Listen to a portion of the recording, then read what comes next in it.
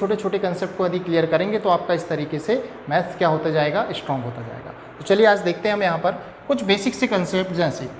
जैसे हमेशा डाउट बना रहता है कि √3 प्लस √2 क्या आएगा, तो हम अक्सर क्या कर देते हैं कि √2 प्लस √3 को हम लिख लेते हैं √5, जो कि क्या है आपका गलत, क्योंकि ये अपने आप में एक सरलतम फॉर्म है, इससे ज़्यादा और ये सॉल्व नहीं होगा। हाँ, यदि आप इसके डायरेक्ट वैल्यू रख के इसको ऐड कर दें तो इसका ये आंसर हो सकता था।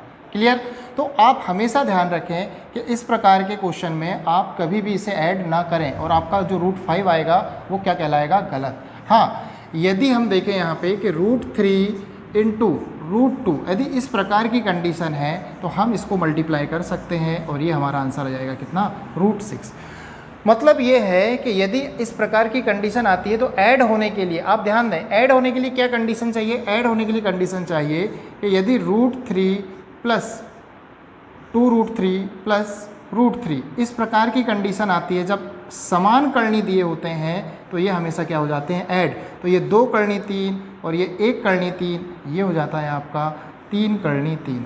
तो हमेशा समान करनी हमेशा जोड़ेंगे और असमान करनी जुड़ नहीं सकते, लेकिन हाँ उनका आपस में क्या हो जाता है, गुणा हो जाता है। तो आपको इस चीज़ को हमेशा ध्यान रखना है कि कहाँ पर करनी जुड़ते हैं और कहाँ पर गुणा हो सकते हैं।